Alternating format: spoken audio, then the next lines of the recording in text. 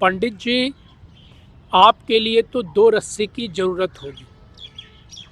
एक रस्सी तो आपके कमर के लिए, पेट के लिए, और एक रस्सी फांसी के लिए, क्योंकि आप एक रस्सी से तो झूले जाएंगे नहीं, कमर में अलग से रस्सी लगानी पड़ेगी और गले में तो लगेगी ही, और पता नहीं गले की रस्सी टूट भी जाए पहले ही। ये हास्य व्यंग भगत सिंह कर रहे थे और पंडित जी के नाम से चंद्रशेखर आज़ाद प्रसिद्ध थे। उनको यह कहकर चिढ़ाया जा रहा था।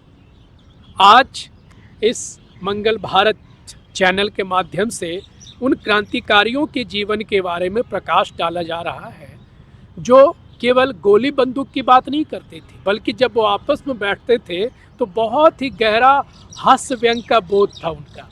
जीवन बड़ा जीवंत था उनका, इस तरीके का हास्य व्यंग चलता था।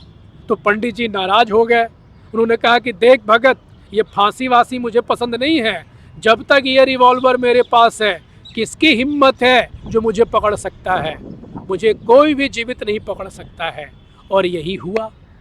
सारे क्रांतिकारियों को अंग्रेजों ने पकड़ा, गिरफ्तार किया, लेकिन केवल और केवल चंद्रशेखर आज़ाद रहे जो कभी पकड़े नहीं गए।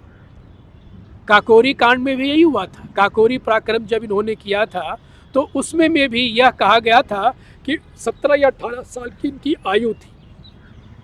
कहा गया कि भाई इसे इस पराक्रम में लिया जाए या ना लिया जाए, क्योंकि सबसे छोटा है, कहीं यह पकड़ा ना जाए और पकड़े जाने पर अंग्रेजों को यह भेद बता ना दे। लेकिन हुआ उल्टा। सारे क्रांतिकारी पकड़े गए। बिस्मिल पकड़े गए, अशफाक उल्लाह पकड़े गए, राजेंद्र लाहिड़ी पकड़े गए, रोशन सिंह पकड़े गए, क्योंकि इन चारों को फांसी की सज़ा मिली थी। और बाकी जो लोग थे उन्हें काला पानी की सज़ा मिली और 10 साल, 12 साल, 15 साल, 6 साल इत्यादि की सज़ा मिली। लेकिन केवल चंद्रशेखर आज़ाद जो थे ये पकड़े नहीं गए। तो ऐसे थे हमारे आज़ाद। दूसरी तरफ भगत सिंह जो, वो खाली समय में उन्होंने एक दिन प्रोग्राम बनाया कि क्यों ना पिक्चर देखा जाए। लेकिन बात ये थी कि इन क्रांतिकारियों को पैसे चंद्रशेखर आज़ाद गिन कर देते थे, 1 आना 2 आना।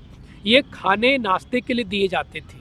आर्थिक स्थिति तो उनकी बहुत ही खराब थी और क्रांतिकारी भूमिगत होकर काम करते थे, इसलिए खुलेआम इन्हें कोई चंदा भी नहीं मिलता था। और जहाँ से मिलता था वो रकम इतनी ज़्यादा नहीं होती थी कि नाश्ता, दोपहर का खाना और रात का खाना अच्छे से खाया जाए। अगर रात का खाना खाया है तो दोपहर का खाना नहीं खा पाएंगे, अगर नाश्ता किया है तो दोपहर का खाना नहीं खा पाएंगे। लेकिन ऐसे जिंदा दिल थे, कोई बात नहीं। तो घटना एक दिन की है कि जब ये लोग खाने के लिए जा रहे थे तो रास्ते में इन्होंने देखा कि एक पिक्चर लगी हुई है। हालांकि वो विदेशी पिक्चर थी और उस समय पिक्चर बोलती नहीं थी, साइलेंट मूवी थी।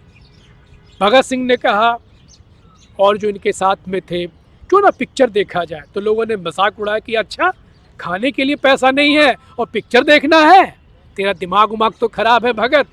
लेकिन भगत सिंह ने कहा कि अच्छा देख लेंगे यार, कोई बात नहीं, बात की बात बाद में देख लेंगे। और उन्होंने ऐसे ऐसे तर्क दिए कि जो साथ में साथी थे उनको मजबूरन पिक्चर के लिए खड़ा होना पड़ा।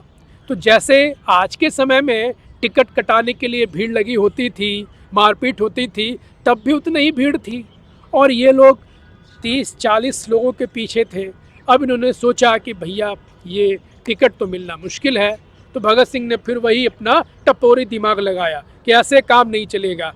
जो अपना शर्ट वर्ट पहने थे उन्होंने निकाला, क्योंकि अब भीड़ में गुत्थम गुत्थम करनी है, कहीं शर्ट ना फट जाए। तो अब तो खाने के भी लाले थे और शर्ट भी फट ना जाए। तो उन्होंने वो उतार कर वो अपने पॉकेट में रखा और भीड़ में घुसकर गुत्थम गुत्थम करते हुए ये टिकट काउंटर के आगे पहुंचकर जो भी 2-4 टिकट थे वो ले आते थे। ऐसे थे हमारे भगत सिंह। और ये जो पिक्चर थी ये यूरोप के क्रांतिकारी की मूवी थी। ये इसलिए देखने गए थे। पिक्चर देख के जब बाहर निकले, अब तो पेट में तो आग लगी हुई थी। तो इनके साथी ने कहा कि भैया पिक्चर तो देख लिए, अब ये आग कैसे बुझेगी? तो उन्होंने कहा कि चलते हैं, अपने पंडित जी के पास चलते हैं अब लोग डरते थे कि भाई उन्होंने जो पैसे दिए थे वो तो ख़त्म हो गए, अब उनसे बोले तो कौन? वही चंद्रशेखर आज़ाद सेनापति वही थे, पैसा वही देते थे। अब उनके पास पहुंच गए और भगत सिंह ने जैसे ही कहा कि पंडित जी आज तो एक पिक्चर देखी थी, पिक्चर के नाम से वो तो और आग बबूला हो गए कि पिक्चर देखने के लिए पैसे तुम्हें मिले थे।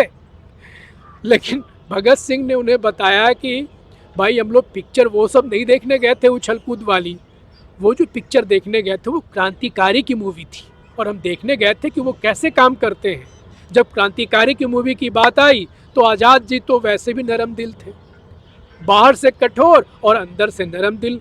कहा कि ले, एक उस समय आना चलता था, एक आना दो आना, ले ले, अब तूने ऐसी बात ही बोली है, ले एक आना लो और जाकर खाना खा। तो ऐसे थे हमारे क्रांतिकारी, ऐसे जीवंत लोग थे।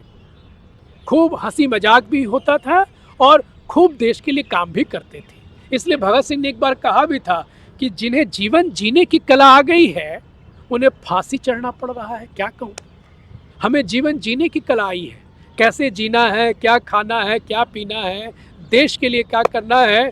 लेकिन अब बात यह है कि देश के लिए फांसी भी लगानी है। तो ऐसे हमारे भगत सिंह थे और दूसरे हमारे बटुकेश्वर दत्त थे।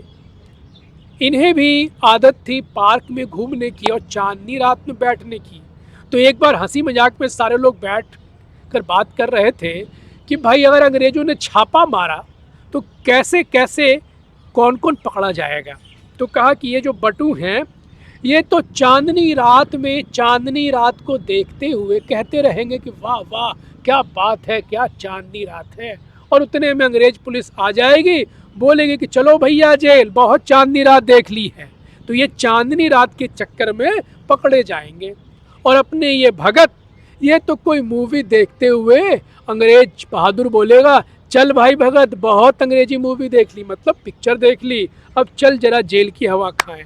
तो इस तरीके का हंसी आपस में होता था और जीवंतता होती थी, वो हमारे क्रांतिकारी करते थे।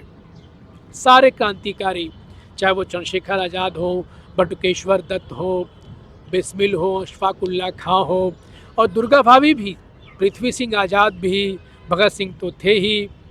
तो ये जितने क्रांतिकारी थे वो बड़े जीवंत थे, जीवन उनका रस से भरा हुआ था और वो जीवन को स्वीकार करते थे। आगे की कड़ी में ऐसी ऐसी कहानी और भी दी जाएगी। तब तक इस चैनल को आप देखें और जो भी इसके बारे में शुभकामना है, जो भी आलोचना है आप करिए, आप बताइए और इसको सब्सक्राइब करिए। जय हिंद।